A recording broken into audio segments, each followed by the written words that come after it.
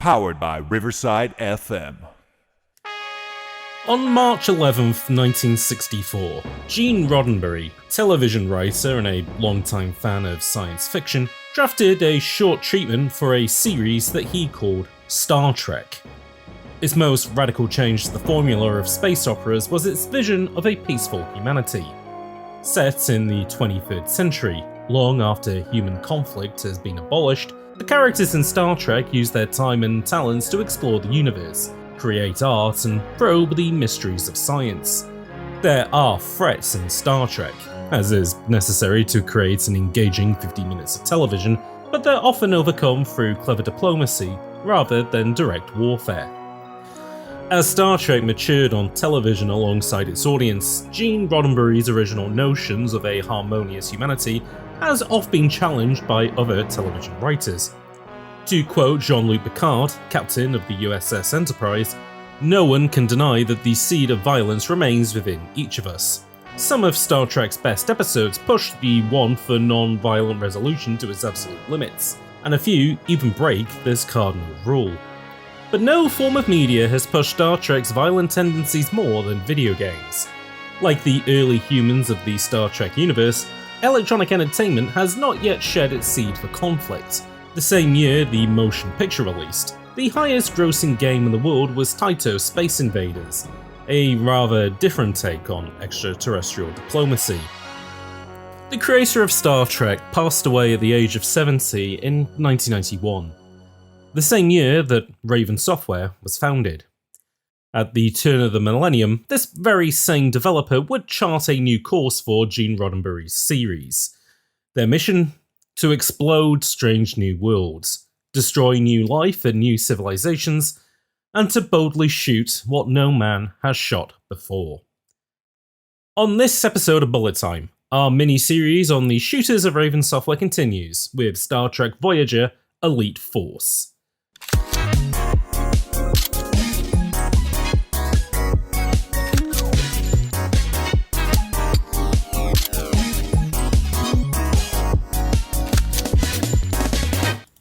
Just because they thought it made it look like a little bit more realistic, or whether it was just like, yeah, like it's just like the addition of motion where there wouldn't be that motion, I guess. I don't know, because it doesn't feel like no modern games really, or if they do it, it's like incredibly subtle. So I don't really, I don't get it.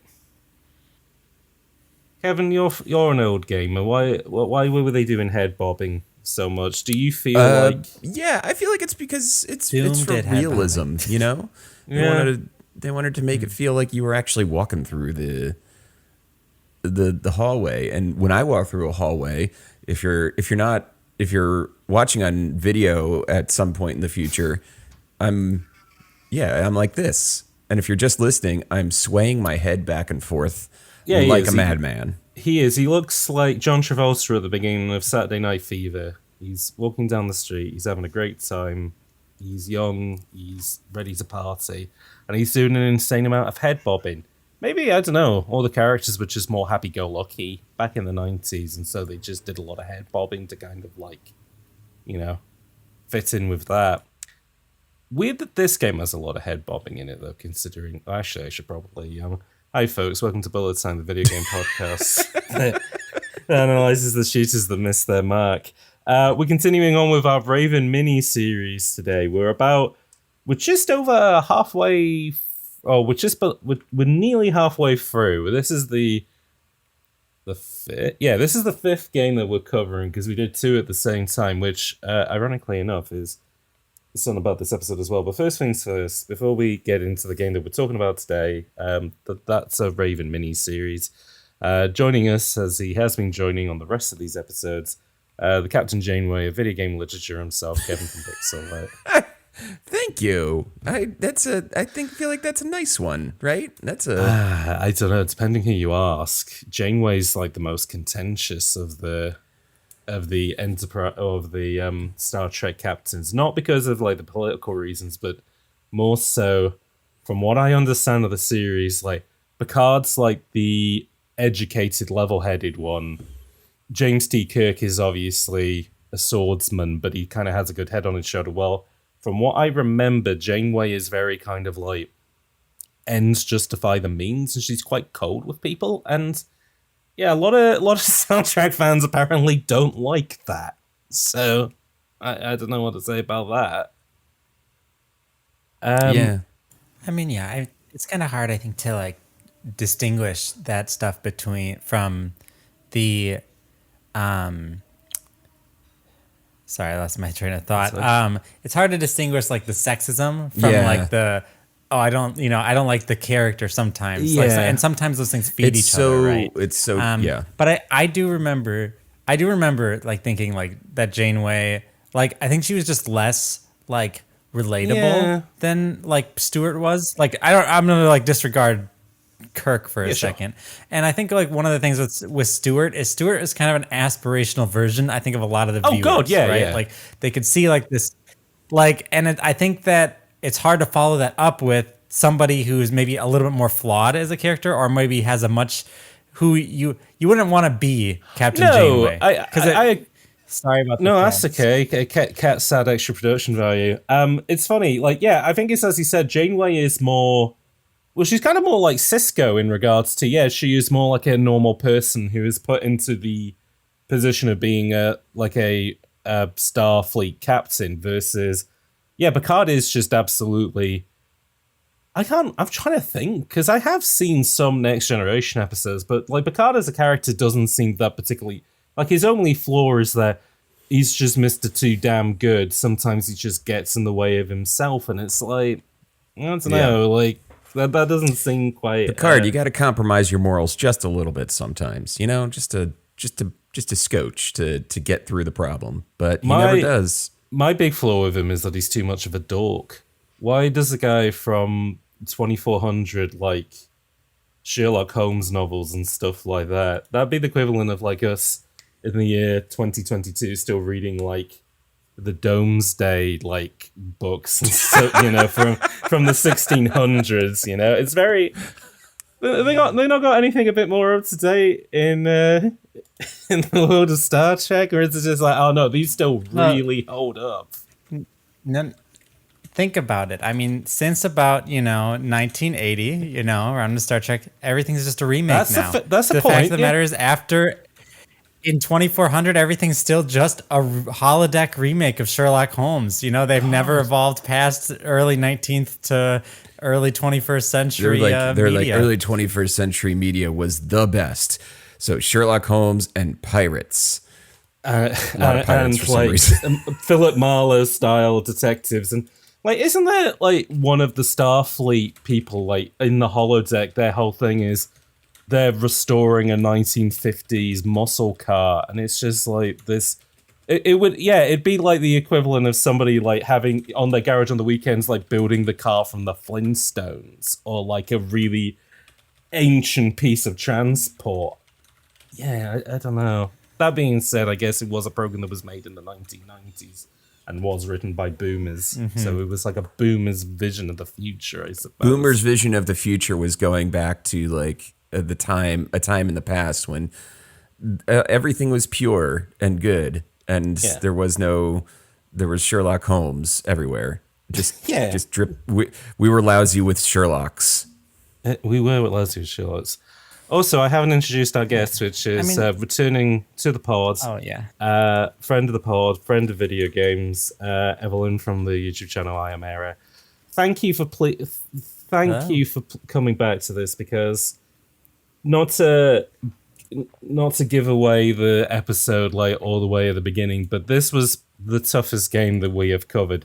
Not because it's hard, not because it is bad, but it's bad in a very interesting way. Like the first episode we did about Legendary, that was a bad game, but that had a lot of like interesting flaws to dig into, and it had a cool concept, and you can sort of see how they could make it better. This was maybe the most boring FPS game that I have ever played, and not just for this podcast, just in general. This was mentally exhausting. Yeah, it's. I was about to say something, and then I got bored with whatever I was going to say.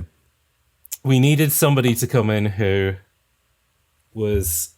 could bring a bit more of a positive outlook on the game that we're talking about today, which is Raven Software 2000 FPS game, Star Trek Elite Force, Star Trek Voyager, Star Trek Voyager Elite Forces. I think there's a dash in there somewhere. I think the dash is between Voyager and Elite Force. God, yeah, this game has all the punctuation in it, all the compactors. Well, I will note that most of my notes are negative. Okay, no, that's I do have good things to say about it. My note is negative too, and I have no notes because I was bored out of my mind. My single note about this game is negative. In fact, the note just says negative, just in block capitals. God, where do we even start? Okay, well, I guess first things first. I think one of the reasons why me and Kevin didn't engage with this game so much, especially compared to some of the other stuff that we covered, is probably the subject matter, which we did talk a little bit about at the beginning of the episode, but I just want to do a quick Robin of, what are people's relationship with the multimedia franchise Star Trek created by Gene Roddenberry?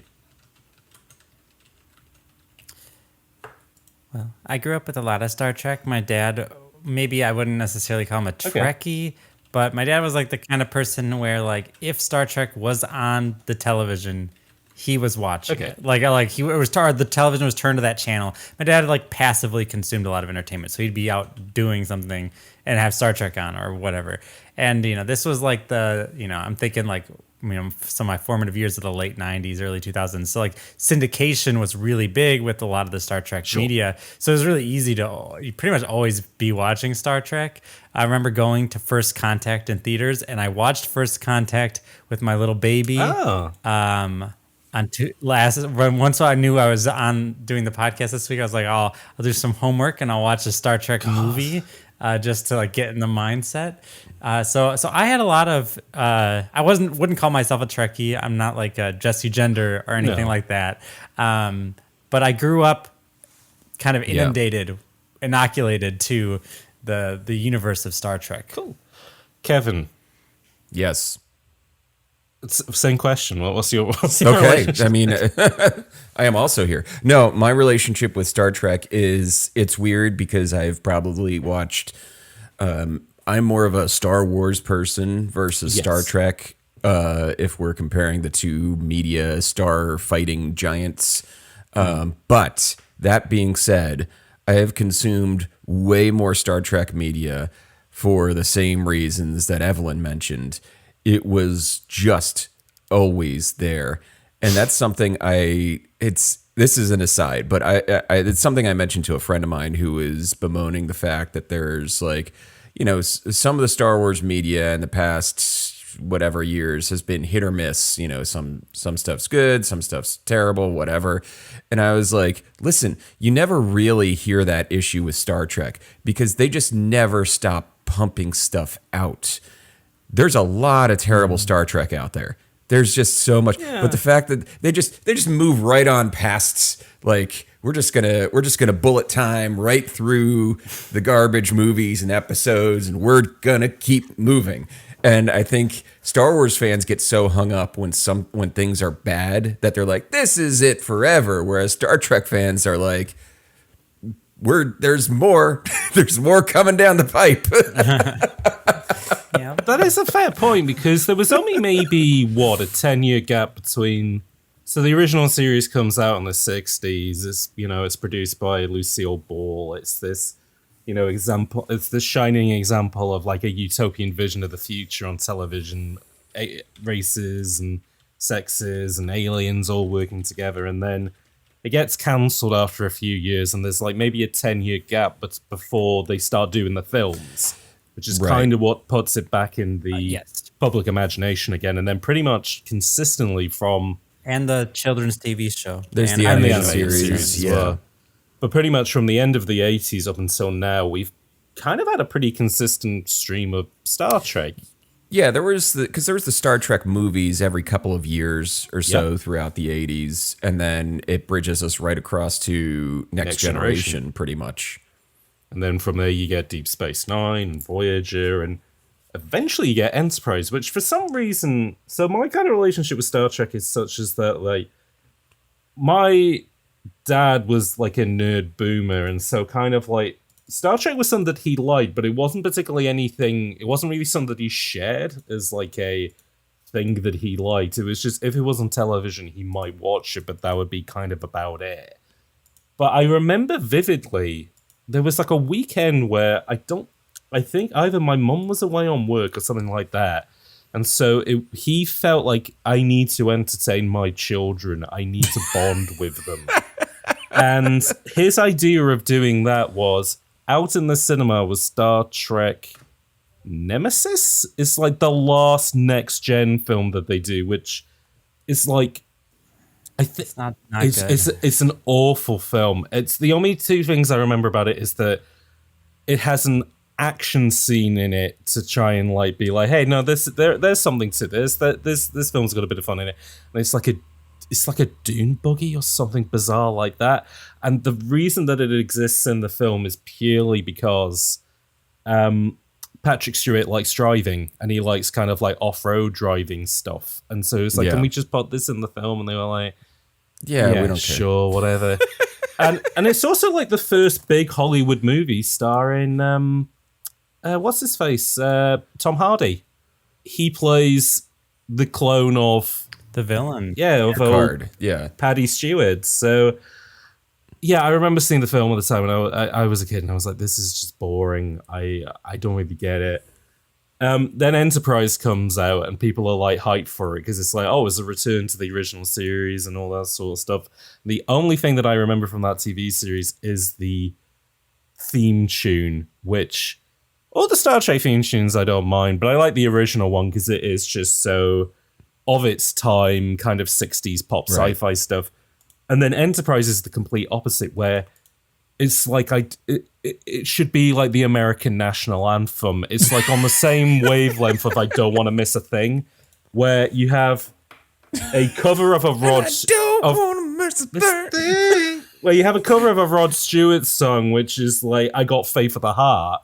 And it's all this footage of like American innovations over the years, like, yeah, the Wright brothers building the first plane and NASA. And it's just like, you watch it and it's just like, wow, America. I have a tear in my eye, like, God, we really did it, didn't we? And then it just transitions straight into the Star Trek stuff, and you're like, oh, okay, all right, I see what you're doing here. But then the show itself is just very... There's a lot of people standing around on in metal corridors is what I remember of that, which was different to Star Trek The Next Generation, which was a lot of people standing around in plastic corridors and carpeted corridors. But I like the J.J. Abrams films. I think it's because they are so different, and they're very much just audition tapes for, hey, I kind of want to make a Star Wars film, but like Paramount's the only people who want to do stuff with Star Trek. So I'm going to kind of bring that sensibility into that. And like the first one, especially, like I know that there's like a lot of Star Trek fans out there who are like, well, you know, it's not really my cup of tea because I like more of the diplomacy stuff. But as like a popcorn action movie, it is really solid. Yeah. And it's a J.J. Abrams movie. Which, no, that's, sorry, parentheses, derogatory. I think like I agree that the first one is all right. It's decent popcorn, but there's Star Wars movies masquerading in the universe of Star Trek. Like they're not really, they don't engage with what makes Star Trek an interesting or meaningful property. And also, I mean, I've just really soured on J.J. Abrams. I watched Mission Impossible 3 like 2 months ago. That's one of the worst movies I've ever seen. That movie's so bad. I agree with you, and I find it very hard to talk with like Mission Impossible heads who are like, no, the third's the best one because it's the darkest, and it's like, no, it's the most boring one. I wouldn't say it's the best thing in Mission Impossible 3 is Philip Seymour Hoffman. He's just having a great time. Philip Seymour Hoffman brought it every time. Oh, God, yeah. And I always remember the scene where it's Ethan Hunt, like, corners him in the bathroom in the Philip Seymour Hoffman mask, and he's like, read this. And it's a sentence that has, like, all the phonemes in it, so, like, they can, like, match his voice. Mm-hmm. And I'm just like, oh, I like that as an idea. Like, that has stuck in my head ever since. But no, Mission Impossible 2 is better than 3. And 2 is a mess. 2 is a hot mess. That's why it's so good. 2 is a two is a fun, awful, it's crazy narratively mess. makes zero sense. I remember watching Mission Impossible 2 in the theater. I was like, I don't know what happened. This is just a lot of scenes that happened one after the other, but I think I liked it. 2 just works purely on aesthetics, as in, why did he climb the top of it? Why did he climb the side of a mountain to get a pair of sunglasses? Because it's cool. Because it looks really neat. And because it's cool. Yeah. He wanted to do freehand rock climbing. I mentioned J.J. Abrams, though, and liking that first film. I got a good connection here. Because I think what people like about Star Trek is they like the diplomacy side and they like the smart side of stuff. If there is one franchise which is the least qualifiable to be an FPS game, it's Star Trek.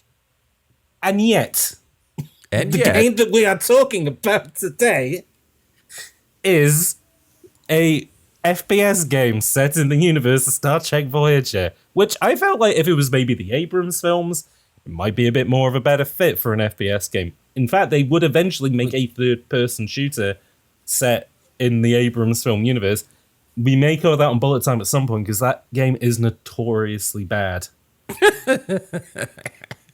Well, I would say that Elite Forces is like if J.J. Abrams made a Star Trek video game. Yes. Yeah. But J.J. Abrams at the time, where he was 21 and was making a Quake mod because he wasn't quite sure what to do. Yeah. I this game, I don't know where to start with it. So, yeah, it starts with the Borg, right? And I guess it does. Technically, yes, it does. it starts with the Borg, and it's like, oh, we're doing a Borg mission right off the bat, and you're running around, and you're getting drop you in the action. Straight into the action. Best way to do the action. And you get the gun, that the Borg killing gun, because it changes the frequency, as we've learned in the other, was it First Contact, I think? I think so, yeah. In First Contact. Well, in First Contact, it's like it'll change frequency, so you'll get 2 shots instead of 1. Yeah, it's like they adapt regardless if you're changing frequency. And meanwhile, this gun's like, oh no, once you get it, you're good with the Borg forever. Yeah, you just go through this mission, and the level design is a little wonky, to say the least. So this is their first Quake engine, this is their first game. This is their first game using Quake engine, the Quake 3 engine. So yeah, it's Tech 3. This came out the same year, but at different opposite ends to the last episode that we talked about, which is Soldier of Fortune. And that's the last game that they make using Quake 2. And it's kind of this nice sort of example of, well, how are they able to push the engine? And, they had a dismemberment system to it and all these kind of interesting quirks. While this feels not only does it feel like a very early id Tech 3 game, which, I mean, this game almost predates what's it called? Quake 3 Arena. The arena mode in this is a more prototype version of what would eventually come out, which is why, interestingly enough, although I guess we may not dig into it too much just because we couldn't get it working, the multiplayer side of this is still pretty well received and is still kind of supported today, because it's basically a snapshot of this is what Quake 3 Arena was going to be like, and people kind of like that tempo a little bit more. Right. But it is an early engine game of this, and it's almost a weird trilogy with the 2 other games that we'll talk about, which are the Star Wars ones, where each time they just get better and better with using the tools in the engine. And as you said, the level design in this is it feels old-fashioned. It feels like Hexen. Well, it doesn't feel like Hexen. It feels like an old build style game where everything's tight and either very sharp corridor or everything's very kind of on top of each other. It's not great. It's It's it's got that Wolfenstein. Yeah. Right? and you shoot one Borg, and the rest of the Borg are like Achtung. Yeah, weird that they're all German. Weird that they're suddenly German. I don't know where that came from. But yeah, before we get too far into the game, so this is the year 2000. Okay, yeah. So tell us about we've already talked about the year 2000 a little bit, but yeah, give us the zeitgeist. What was happening at the time? It's what's happening at the time. So the game comes out in mid-September. Yeah. And so what we got going on in the world at this time, the public beta of Mac OS X has just come out, and you could get that for $29.95 back when people charged for their OSs. I mean, Microsoft held on to people having to buy. You still have to buy the Mac OS X upgrades, don't you? No, they're free. Oh, really? Oh, wow. Yeah. Oh, good job, Jobs. The 2000 Summer Olympics are happening in Sydney. Yeah. That's pretty much all there is for the news. Over in the movies. Yeah, what's number one in the cinema? What's number one at the cinema? The Keanu Reeves movie, The Watcher. That's a film that no longer exists. I've never heard of that. What? No, that's number one, The Watcher. Okay. The next weekend would be something more appropriate, like Urban Legends Final Cut. But yeah, no, for 2 weeks in a row, The Watcher was number one at the box office. So that's wild. And over on the Billboard Top 100, we got Music by Madonna.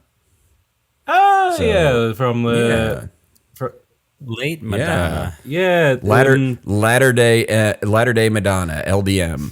I was gonna say because I remember my mom used to bump that album quite a lot because it's the Ray of Light album, which is kind of like, well, it's not even a return because she never stopped making music, Madonna. But like Ray of Light was this kind of like realignment of I'm no longer just rehashing Material Girl. I'm doing something else. I'm getting into electronica now. That's what the people like. They like Moby, so I'm going to do that.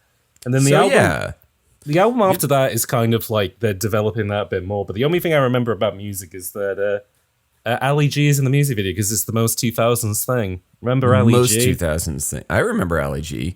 The Ali G show. So you're probably playing this game. You know, it comes out in September. You're listening to a radio, like a mix of the hot hits of the year. You're listening to "It's Gonna Be Me" by NSYNC. And if you're playing it in October, you're gonna be listening to "Come On Over Baby" by Christina Aguilera. So you're moving and grooving while you're playing Star Trek. No one who was playing a Star Trek game was listening to pop music, Kevin. They were listening to classical music like Picard.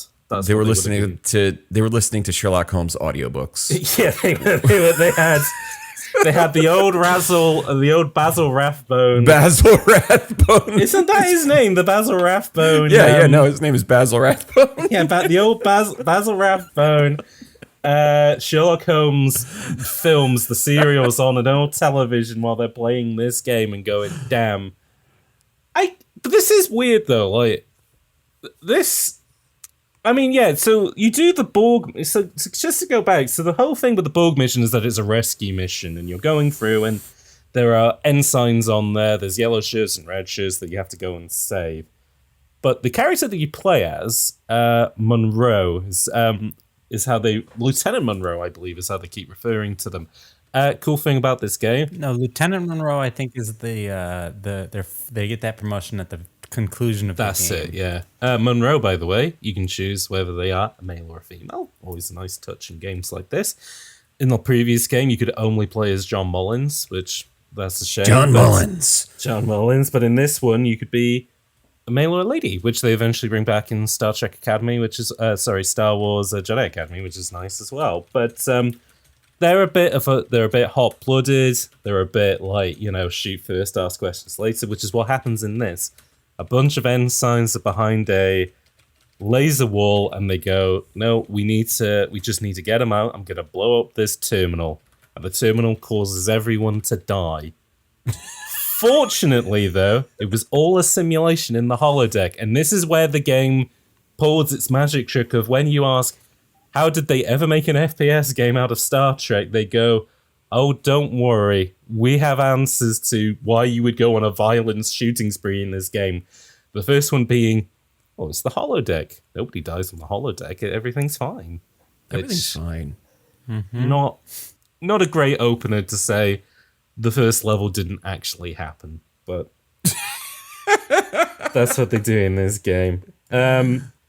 Another example of that later on is when you go down to an alien planet where all of your crew members are getting like kidnapped by big alien moths, and you feel like they're being killed off, and you're attacking the alien moths and they're all dying off.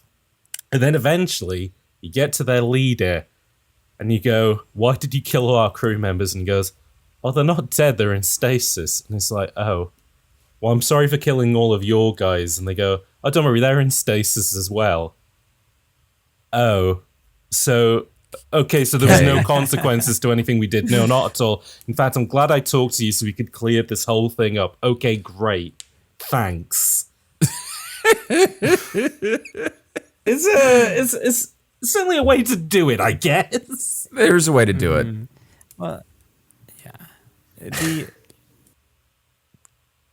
The game doesn't know what it wants to be. No.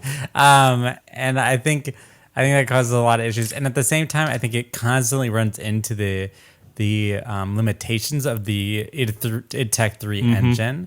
And so, like for instance, the first mission after the holodeck, you're like, it's like, we're under attack. Oh, yeah. Like, you already have a hazard suit on. Go run and help help do these things, right? And so, it's like, you gotta, it's like, put up the force field. It's like, press space bar at a terminal. Button. And that is essentially every single mission objective. Press space bar at a terminal. Go and to area, press button. Yeah. This is like 3 years after Half-Life. Like, And you know what the weird thing is? I feel like I had to remap all of the controls because it was like, oh yeah, jump is on like backslash or something. And I'm like, what the fuck? Where the fuck are what are we doing here?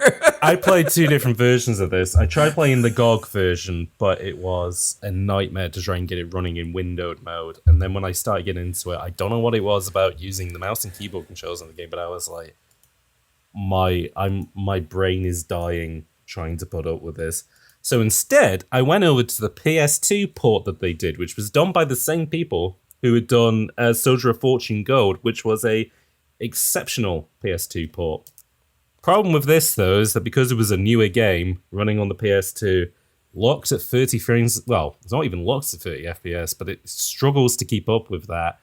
But the control scheme's a lot better, and it is remappable. But especially in those initial sections where it is, oh no, the warp drive is about to explode. You need to, decouple the coolers and then like exhaust all the photons. And it's like, okay, but what does that actually boil down to? Go to a terminal and press X. Walk up a ladder, go to a terminal, press X. And it's like, oh. Okay. It's cute in regards and at one point you have to put up a force field before a guy is able to get clear of the explosion, and you're like, oh, yeah, that's a bummer. you just watch him get incinerated. Woohoo! Welcome to Star Trek. Versus everybody else, where when you're in the shootouts, like when the pirates beam on board, whenever any of your guys get shot, they just warp away to the med bay. It's like, okay, you couldn't have done that for that guy. Yeah, yeah. I mean, it's a very actually nice system in concept, because it's like you're out on a mission with your pals and you want the game, the game wants to keep you with the same pals, right? Because they're narratively important. So whenever they go down, they just get whisked, teleported away so they can be back for the next cutscene or whatever. I actually think that that's one of the more clever things that the game does. Sure, yeah. And I mean, I guess the thing is that it is a Star Trek game, so like it does manage to get juice out of, like, the Klingons appear at some point. I mean, you get the Borg at the beginning, so they're able to. And one, like, I mean, I think if I was more into Star Trek, I guess the cool thing is that the entire cast of Voyager are in this game. They voice like all the actors voice their respective characters. They made the voyage to the voiceover booth. They did, yes. Except for they're really phoning it Oh in. yeah, no, like, They didn't care. some at all. of them. Kate Mulgrew feels like she's doing like she's giving a shit with Janeway, but the problem is that Janeway already kind of sounds like she's phoning it in the show, so it's kind of like, Yeah. Everybody else, they just caught on. They just like went to their trailer in between takes or something yeah, like just that, put a and mic pointed in them, put a mic in their face, and be like, "Read this." And be like, "Is this for the show?" And he's like, "No, it's for a fucking video game. Just read it." It's like the Philip Seymour Hoffman thing. Just read it. You know? just read the phonemes and Read the we'll put it phonemes. into a computer and we'll generate it. Yeah, that's what they did to Robert Picardo. A guy who was in Gremlins 2 was like, "No, I'm above this video, a fucking PS2 game about Voyager. Fuck that." Yeah, I'll give you one. Robert Picardo's best performance, by the way, is Inner Space. That's his. He is very good in Inner Space. Specifically the lunch sequence in which he turns back into Martin Short, and Robert Picardo has to sit there and shake his face violently. Oh yeah, as they keep on the different perspectives on it. So, see, now that would be a good video game. If they made a video game out of Inner Space where all the stuff inside where you're is it Jack? It's not Randy Quaid. What's Dennis Quaid, isn't it? Dennis Quaid, yeah. So if all the Dennis Quaid stuff was like Star Fox, but you're shooting like red blood cells, that'd be good. And then if all the, I don't know, I guess all the Martin Short stuff would just have to be like Hitman, I guess, except you're not killing people, but it's just social stealth, I guess. It's a flight sim and Hitman put together, you get Inner Space, the game, a video game adaptation of a 1988 movie that. Yeah, I would have enjoyed that more than this. Which, again, yeah, there is a limitation in. Well, how do they they don't bother with diplomacy, as in, they don't give you like the choice of how do you talk to the aliens or stuff like that. It's not Mass Effect. No, all that stuff plays out in cutscenes. Everything gets resolved off camera, which again, not great. Not great in a game where the thing that your character does, which is shooting, doesn't really have a ton of effect on the story because it's Star Trek and they don't want to be like, oh, well, shooting's the only answer. You know, shooting's the only solution in this case. Well, you do commit genocide, like, you know. It's, you know, you do take over the role of Doom Guy about 3/4 of the way through the game, and you know, it's like the Borg are like, listen, there's this species that we can't assimilate them. Can you just go kill them all for us? Like, please, they're bugging us. If you do this, we'll give you this crystal that you need to get out of the force field. And it's like, okay, I guess we'll go just do some casual genocide. Okay, yeah, why not? Just phone that in, I suppose. Yeah, a nice Sunday afternoon activity for me. Yeah, I mean, because I mentioned the fact that the voice stuff, the voice cast, like all the actors about for the voice cast, but it is like the way that the game is set up is episodic. Like they are multiple episodes of a season of Star Trek, which is cool. That's a good way of doing an FPS where like every like level or like series of levels are like, you know, a little episode of a TV show. It's nice and contained, but if I liked Star Trek more, I would be a bit more buzzed about that. But if anything, I'm like, I would like that if they applied that to other games, not this one. Sure. Yeah, it doesn't work here for a variety of reasons. I think like in part it's just the writing is not particularly like interesting. No. Like it's okay to like have like a BioShock kind of game. Sure. Like sorry BioShock, I guess the theme of BioShock is choice, but then the choices don't matter or whatever. Like where you've just got an interesting story that you want to keep seeing to completion. But in this game, the story, it feels like a self-contained episode of Star Trek that also happens to be just massively violent and not particularly interesting. No. And it's because I think part of it's because they just play up too much the old or like things that happened in Voyager, Yes. right? So it's like they play up too much like the Borg. They play up too much species. 847 I think is the name of the, like the try like who they appear in a bunch of episodes of Voyager too. It's like, and so like by calling back so much to these things, it like has the same problem that Nemesis or First Contact can sometimes have, where it's like you're spending too much time with these things that aren't not as interesting as you think, but they're things that you think the audience will recognize. No, and it's a bit too much to be like, because I imagine a lot of people bought this game not because it was Star Trek, but because one, it's a brand new game being made on id's brand new id Tech 3 engine. And it's a Raven Software game. Like people were enough in the pocket of like Heretic and Hexen and Soldier of Fortune that they go, I'd love to see what these guys are making. But as he said, because they are trying to be so beholden to the series, it kind of, I don't want to use the term kneecap because it's a bit gratuitous, but it does kind of, it limits the potential of what this could have done. Where I think if they had leaned more, if they had just fully embraced it's an FPS game, maybe it could have done a little bit better. Right. Mm-hmm. Well, and we can get a little bit more in the design in just a sec, but like if you imagine, like have you ever played the Game Dev Tycoon? Yes. Yeah. It's like a little like sim game. And so in Game Dev Tycoon, for the audience, there's these sliders. And this is so analogous to what game development is definitely 100%. like. And where you can like say like, okay, we're gonna put a lot of effort into the graphics, right? But we're not gonna put a lot of effort into the game design or something like that. And it feels like with this game, they were like Ravensoft were like, this is a game about Star Trek. We need to nail the Star Trek look. And I think they do. Like the ship looks great. Yeah. Like it's got all the 90s like kind of Star Trek kind of futuristic vibe, and it's very detailed, and I think like fans will probably be very appreciative of that. Like you feel like you're in a Star Trek universe when you play the game aesthetically.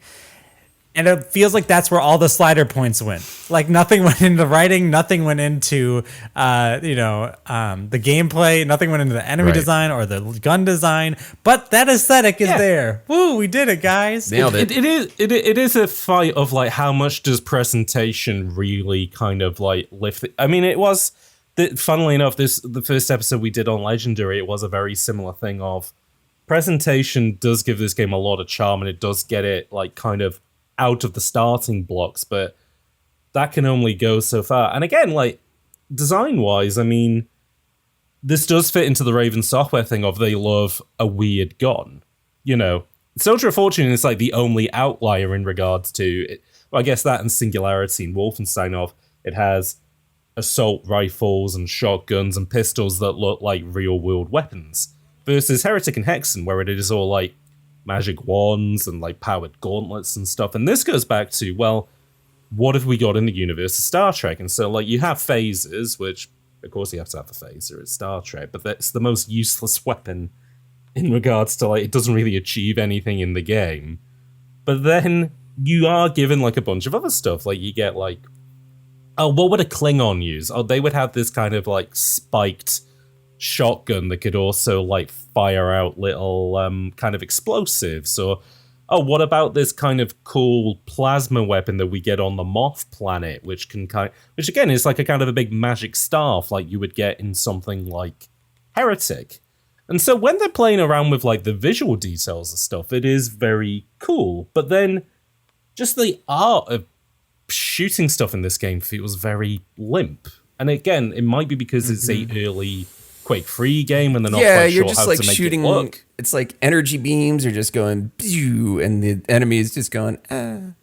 It's No, just and like there's no like real oomph to it. And that could even be a thing of Star Trek, where like the whole Gene Roddenberry thing of like they don't use real weapons, they use brains over brawn as much as possible. So when it goes to can we have reference material for somebody being like obliterated by a phaser, they'll go, well, no, that's never happened in any of the. They don't do those for face. So it's like, oh, okay. Well, then this is going to look really soft in the game then, unfortunately. Right. Yeah, and it's like, and like go to continue the idea of kneecapping. They kneecap like a lot of their better ideas. Okay, it's like one of the interesting things that happens right away. There's like probably the most interesting thing that happens in the game happens in the first 2 rooms, which is that your gun, if you shoot the Borg too many times, they will adapt and become invulnerable to it. That is such an interesting concept. Like if you actually think like, how would I design a game around this? It'd be like, well, you can't.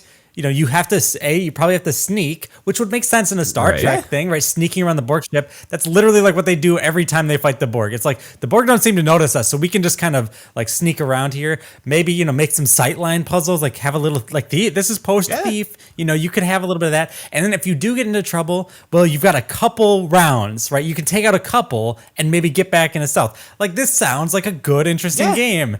And then you get into the game and there are countless Borgs that are teleporting in everywhere all the time, and they just run at you and chop their hands like in GoldenEye 007. Right? They just karate each other. Slappers only. And it's like, oh, it's so dull. It's like you wasted like this interesting idea that you could have expanded on. Yeah, it could be a stealth session with a little bit of work. Stealth those goddamn Borgs. I mean, you just sneak up and like that's the thing with the Star Trek stuff is like if they just had a regular old machine gun, they wouldn't have it because the shields are blocking against energy weapons. There's nothing to say that you can't just hit them in the face with an axe. That's true. Yeah, they don't have any fire axes on the Starship They do Voyager. not have any fire axes, and this is a callback to our legendary episode where fire axes really only exist in New York City. They're not. That's very true, yeah. So they need to trick the Borg into the holodeck and fire up a New York City simulation, and then go to hook and ladder number 8, where the Ghostbusters worked out of, and get a fire axe and smack this Borg. Do you know you just accidentally repeated like a plot point in First Contact? I did. Maybe I've never seen it, so that is don't news to they? me. Don't they, oh wait, they go into the holodeck, right? And they turn the safeties off. And shoot him with machine guns. Oh, is that where the GIF is from of him with the Tommy gun screaming? Yes. He's shooting Borg in that scene. Because their shields are protecting against energy weapons and not physical weapons, so they can shoot him with machine guns on the holodeck. Even though it's something that's created from like, I mean, I don't know how the size of the holodeck works, how this stuff is even created made. from light. Who knows? Who knows anything? I almost kind of wonder though, is whether that's another reason why the multiplayer works a bit better in this than the single player does in regards to, as a concept, it's all holodeck death matches anyways, but also the way that the weapons work and the fact that they do have like kind of a lot of fun stuff. Using them against the enemies in this game is not very interesting because even though the Borg do have the cool thing of, they adapt to what you do, eventually there is just so many of them, and like the old video game thing of where you just overwhelm them enough and that's that, versus doing it against like a bot or an actual human opponent. There's a little bit more tactic to like what you're doing with this stuff. I mean, here's what I'll say about this is the game's design. And Kevin will like this. In the most surprising turn of events, this is an analogy. In the most surprising turn of events, this game has more in common with how Vampire Survivor presents enemies to you than most other FPS games. Like you're just dig into that. I feel like I need to know more about this. Okay, so throughout most of the game, when you're in a shooting segment, because there are a myriad of not shooting segments where you're kind of just running around and pressing spacebar on the control panels. But in the shooting sections, enemies are constantly just teleporting in around you, and there are always so many, dozens. Like it's like you're always just surrounded by them. I was playing in the difficulty right above normal when I was playing. Sure. And it's just like the Borg, it's just like they're just swarming you, like you're in the center and they're just coming from every direction, and you're just shooting your gun. It's Where's like my garlic? Not what you would expect at all. Yeah. I need holy water. I need to open some spaces. Yeah. God, To me, that. Go ahead. I was going to say, when is somebody going to make the FPS version of Vampire Survivors? There's an idea. Well, it already exists. have. It's what's it? Why am I not? I know what you're talking about. It's that roguelike that's like set on a square. Yeah. And it's very demon-y, doomy, but Devil Daggers. Oh my gosh. Devil Daggers Devil Daggers. is Yeah, the first that- person version of Vampire Survivors, basically. And there's been another game. I think that dev made another game recently. Yeah, Hyperdemon. Yes. So that's and basically it. The only thing I know about that game is that it has the most insane FOV in regards to like it bends back around, like you see what's behind you, but it's Right. what do they call it? It's like a parabola. It's bizarre to look at. It's absurd. Yeah, But yeah. anyways, we have played Ravensoft. I was here for the first you episode of Ravensoft we were Land. here when And we played Ravensoft two was starting. Ravensoft games. We did, yeah. and playing through Hexen, they've shown that they can design interesting levels. Yes. That like in all seriousness, Hexen's like first major level, not like the tutorial level, but the one after that, like the first like with all like the different realms that you go to. Sure. That feels more Star Trek-y in terms of game design. If we just like boil it down to no aesthetic, just what are you doing? It's like you're going to all these different worlds and you have to backtrack a little bit to go back and get keys so you can progress forward. That is more Star Trek to me than whatever the hell is going on in Star Trek Elite Forces in terms of like the game design and how it wants you to play it. So I think Yeah. one of the main problems is that it is tied to the Voyager franchise. And I think if you said, all right, this is just a Star Trek video game, and you could have done something like one of the ships crashes on an alien planet, something like that. And then you have a lot more reason for like, okay, it's not diplomacy necessarily. There's just like hostiles, whatever. Like you could work with that a lot more than it's Voyager. Like there's a mission on the holodeck, and now you got to fix the ship, and now you got to fight off pirates in big square rooms that are so boring. Yeah. And now you got to kill moths or put them into stasis or whatever. It's just like, I was thinking of and I this in think that- regards to, isn't there a thing in the Star Trek universe that they have there's an alternate universe where it's the same except they're all evil? And like I mean, Spock has that's- a beard. yeah, that's a thing. That's the Prime universe, right? Yeah. Is that? Oh, I don't know if is that it's what the it's Prime called? The one. Prime. It's called something, I know, but like they do like episodes about it, and it's like it's the mirror universe, and it's like what like if Riker's instead of, there and he's got to go tea like instead of a beard. yeah, exactly, and it's like what if things were bad instead of good, and it's like that kind of made me think of like if they made a game which was like GoldenEye Rogue Agent, which is like it's set in the world of Star Trek, but you play as baddies instead of goodies, where it's like. The problem with like Starfleet and the Prime, the Prime Directive and The stuff mirror. like Oh yeah, that yeah. is- It's mirror. The mirror universe is the bad one. Yeah. There's the limit in place of like, well, no, it has to be diplomatic and stuff like that. Versus if you kind of moved away from like, if Starfleet were the enemies in like a Star Trek game and you were playing as like pirates or something, that's interesting. Like That would be cool. That would have given Raven like more of a kind of a license to, yeah, you play with all the cool iconography, but you can really hone in on like interesting gunplay and like decent feedback with the guns as well. Because yeah, you're not being hamstrung by, oh, well, the people on Voyager wouldn't do this and they wouldn't feel like this, which I think is like the main problem with like just playing this feels a little bit. It just doesn't feel right, I guess. Yeah. And maybe agree. this could work as like a game more in line, like if we're thinking about first person games, more in line with like Myst. what's the name of that? Like Myst, sure, Myst, yeah. Or I mean that's a game of its time. I was thinking of like more contemporary games, like just like any like kind of story based, kind of driven like like first-person game, Tacoma like or something like that. Yeah. Or yeah, sure. or Scorn. Where like the first person is or Scorn, where the first person is like, or Portal, where the first person is more incidental, Yeah. right? It's not a game about shooting, right? No. It's just a game that happens to be in first person. That would make more sense for what this game could do with the thematic material. But instead, we get a game that is much more, at least spiritually similar to Duke Nukem 3D Yes. than it is, but even a worse Duke Nukem 3D. Like Duke Nukem 3D is not that good, but this is somehow a worse version of that game.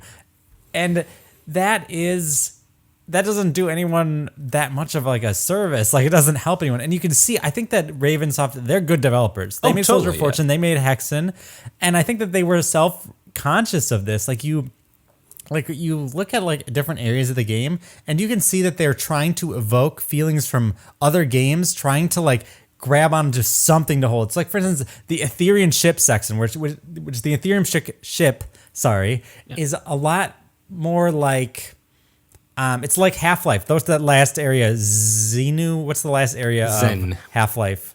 Zen, just Zen. I was like, I got an X and an E and an N. I was more. You were there. Like the whole Ethereum ship has a very Zen-like vibe, right? And it's like they picked the worst thing about Half-Life to aim, right?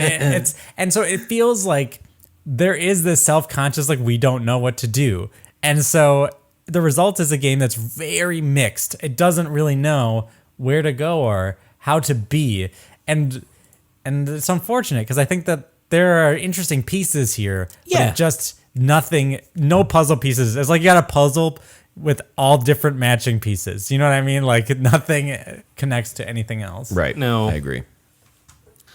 Have we got any other final thoughts on Star Trek? I've got more thoughts. Voyager Elite Forces. I'm trying my best. I want to try, like, there is positive stuff in, like, just the visual side of stuff. Like, the UI is cool. They make it look like the control panels on the, I think it's Voyager. a relatively big step up from between Soldier of Fortune and this. I think the graphical fidelity is better. Yeah, like, the characters, it is very, the character like, models photos. are, the face is just pasted onto a cube, but it's better than Soldier of Fortune was. It is. No, it absolutely. And I think maybe we were just a bit warmer on Soldier of Fortune because they leaned so hard into it being the gameplay is proper. The gameplay is a lot more fun in Soldier of Fortune. Yeah, absolutely. Well, at least as I think we're kind of getting to, as I think we've kind of said a few times now, is that like, by trying to kind of limit the scope of the shooting by making it more like Void. Like, that's the problem. They limited the scope of the shooting because, like, Star Trek as a series isn't inherently violent.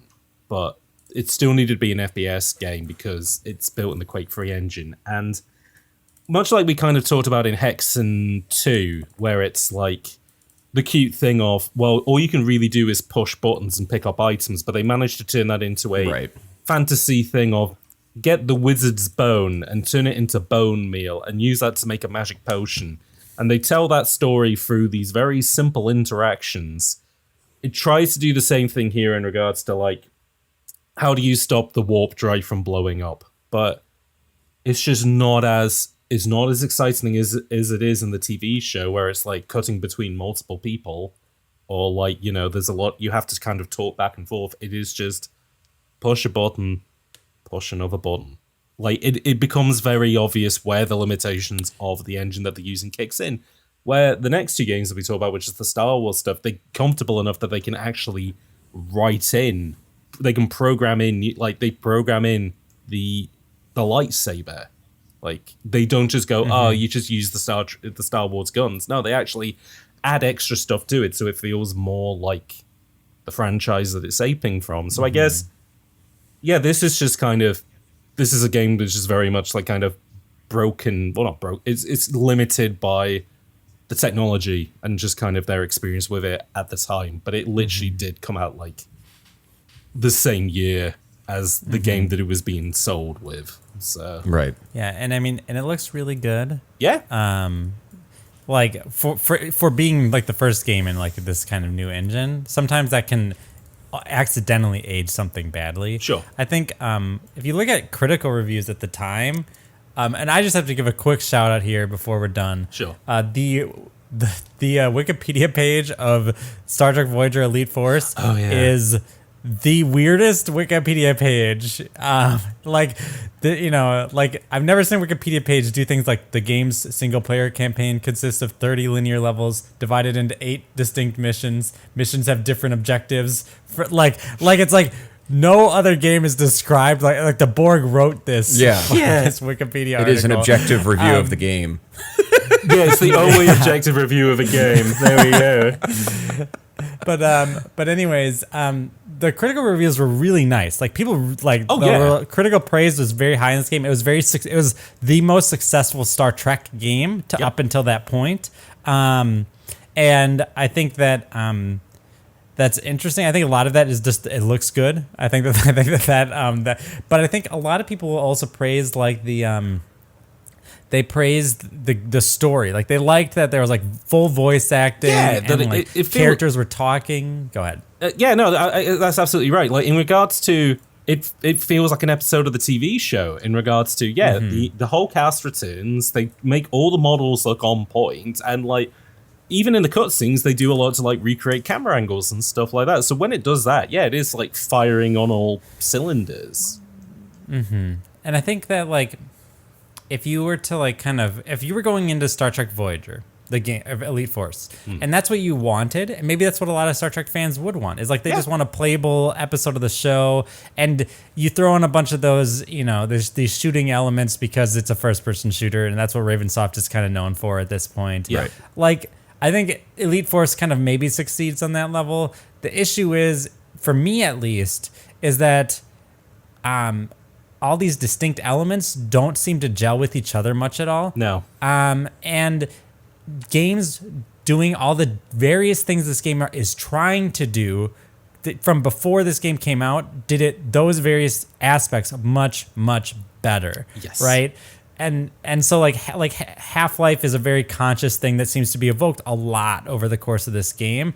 And the thing is in Half-Life, you don't just go press a button on a terminal to solve a problem. You have to actually physically engage with your environment and move things around. And maybe if they had more time or they were Valve, they could have maybe done that with this property, right? And that would be Star Trek-y. That would be interesting. Yeah. That would evoke that spirit.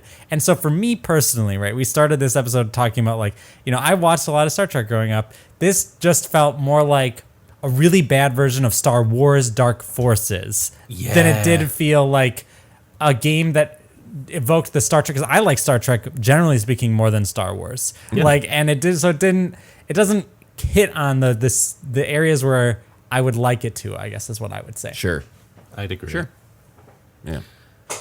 Let's play the box office game. Now, Let's play what I said. Well, so I kind of mentioned this earlier, but this came out the same year as Soldier of Fortune. Again, just kind of give it context. Raven at this point were growing big enough under Activision that they could have separate teams working on stuff now. So you could have one team learning an engine and another one, doing, because I believe it is this team that then goes on to do the Star Wars games, because that's kind of the guarantor for LucasArts. They see what they did with Star Trek and go, Jedi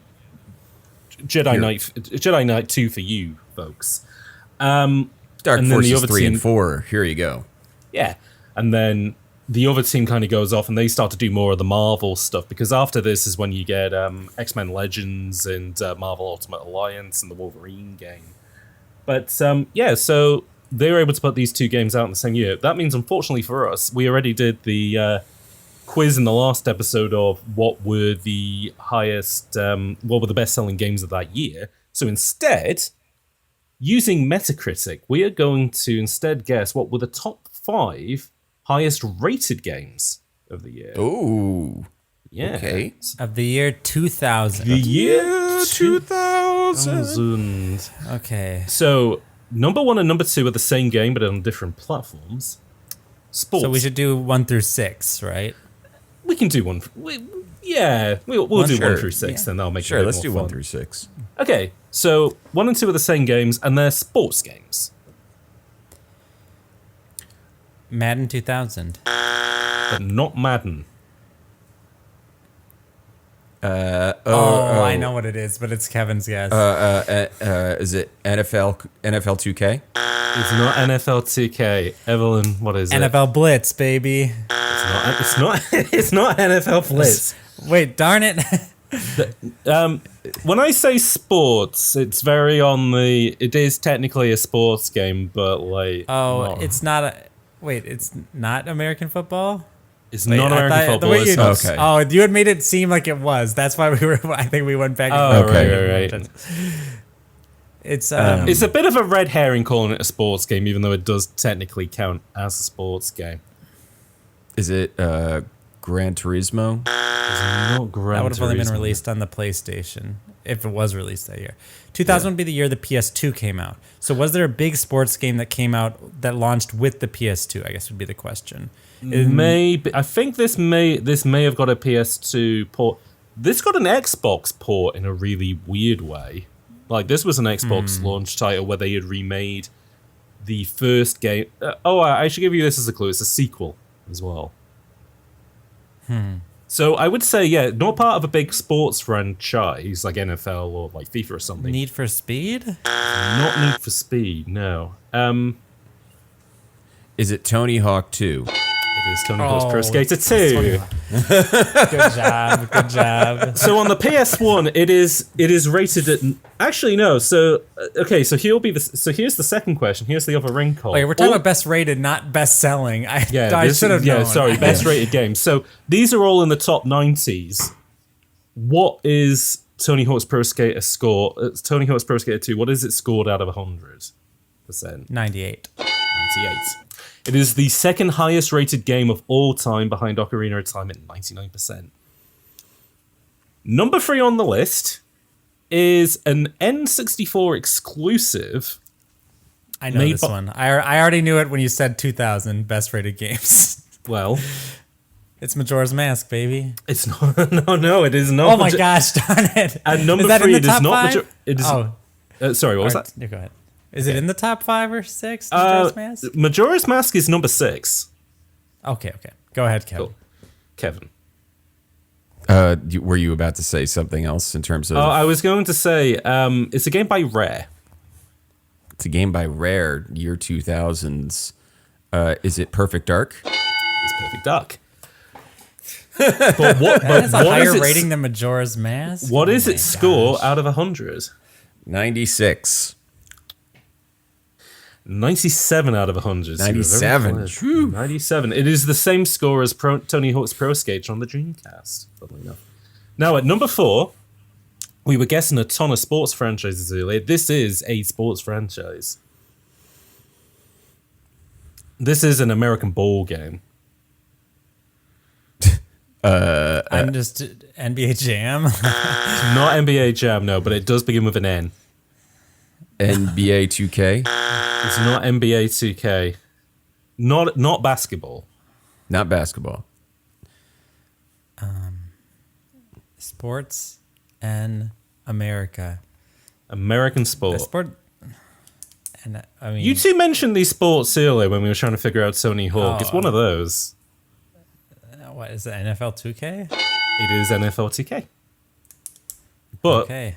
what is Give it? that to Kevin. That's Fair enough. But what is Let's it? Well, keep it Kevin, square what is home. it score out of I'm 100? going to say 95. 97 again, like perfect. 97 again. Jeez, yeah. You know what's amazing? Just like a side tangent here is the NFL 2K series consistently beat Madden in reviews for years until the NFL signed an exclusivity deal with Electronic Arts, and they were not allowed. NFL 2K was not allowed to be made, but NFL 2K was the more like. It was doing new things and experimenting a lot more than Madden ever did. But Madden was sold better though, right? Madden always sold better, yeah. Yeah. Do you want to know an interesting anecdote as well? So you know Sega obviously they put out the Dreamcast, it's a failure, and it's like we need to make money back, and that's one of the reasons why they get out of hardware into software. One of the ways they make money is that 2K originally was Sega Sports 2K. Yeah. They sold it on To Take-Two. To Take-Two. So it's still going today. It's crazy, Yeah. but yeah, Sega was able to use that money to make Sonic Heroes. So good on them.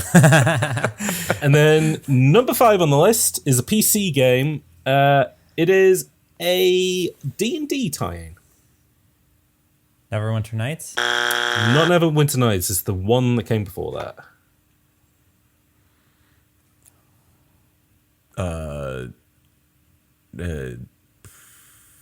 Before Neverwinter Nights was it Baldur's Gate? It is a Baldur's Gate, but which one? 2? It is Baldur's Gate 2, Shadow of Amn.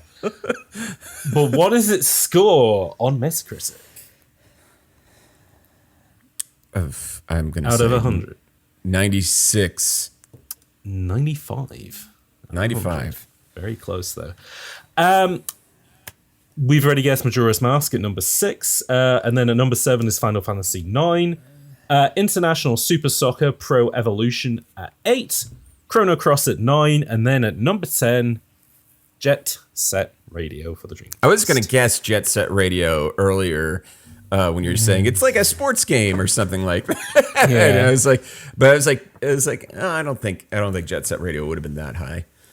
Well, I think that like one thing that's interesting about this is it shows how bad video game reviews were back in the day in terms of like looking at the scores and like discerning like what's a good game, like at least in hindsight, because it's just a bunch of sports games. And it's because sports games were rated on the scale of does it feel like the sport and do the graphics look kind of good, Right. Like, and it's like not like is this a fun and interactive like enjoyable experience? Does this raise the bar? Does this like do anything? It's like no, Yeah. they got the new Manchester United team in it. 100 out of 100. Great game. God, I'm kicking the Meanwhile, ball. like the second half of that list were all like classics, like Final Fantasy games, Majora's Mask, Jet Set Radio. It's Baldur's Gate. It's like Perfect Dark. I'm shocked is as highly rated. I don't know. I mean, Perfect Dark. Yeah, I remember. So I remember when Perfect Dark came out. It was like, oh yeah, the team that made GoldenEye is GoldenEye 2. Yeah, they're making a new game, but they're not beholden. It's like they're not beholden to 007. It could be whatever. So they made, and I remember like loving the shit out of Perfect Dark when it came out. Oh yeah, the multiplayer is really good and Perfect Dark is amazing, and Perfect Dark needs a comeback. Now, I don't call for many games to have comebacks, but they are working on it. Apparently, it's going to be the first quadruple A game according to Microsoft. Did you not know thank you, that? Microsoft, for ruining letters. Thank you. They've made a game which is somehow better than AAA. Yeah, they put together a studio to work on it, and it's like but Crystal Dynamics are working on it now as well to try and get it over the line. But we're probably not going to hear about that game for a few more years. But I don't know, it'd be nice. If The still shots look pretty neat, but I don't know if that's a real thing or just if it's just this is how it could look in your imagination. Evelyn, thank God you stepped in to make this episode happen, because this was we were looking down the barrel of a phaser on this episode about Star Trek. You came in, you saved the day, much like Captain Janeway would, I suppose. Is that something that she does on the episodes? I guess. sure, Maybe. yeah. maybe. But yeah, thank you so much for coming on and helping Thanks us for having me. talk about it. It's a pleasure. And anything you'd like to promote or plug while you're here? Or Sure, I'll plug my best friend John's YouTube channel called Collector John. I just released a video today. It's got 4 views. You should go watch it. They're pretty fun little like found this interesting old game. It's kind of like Bullet Time. There you go. That's my plug. Not even my stuff. I'll put the link to the channel in the description for the pod then. Kevin, thank you once again for coming back to talk about Raven Software stuff. Where can we find you? Yeah, you can find me on Twitter at The Arcadeologist, but you can find my podcast, PixelLit, wherever fine podcasts are sold. You can find us on Twitter and Instagram at PixelLitPod, on our website, pixelitpod.com, where we have all of the episodes posted with transcripts of every episode. So go check it out. Nice. I've been James, as per usual. You can find me over on Twitter at HotCyder, HOTCYDER. Next episode, though, we're finally talking about a franchise everybody likes. We're talking about Star Wars, because we're going to a galaxy far, far away for 2002's Jedi Knight 2, Jedi Outcast, where we'll be joined by special guest Willow from the channel Questing Refuge, so I hope you join us for that. But until then, folks, keep blasting. What's the sound a phaser makes? It's like a Choo choo! Oh, I guess. zoom, zoom, zoom, zoom. Shoo! Wah, wah, wah, wah, wah.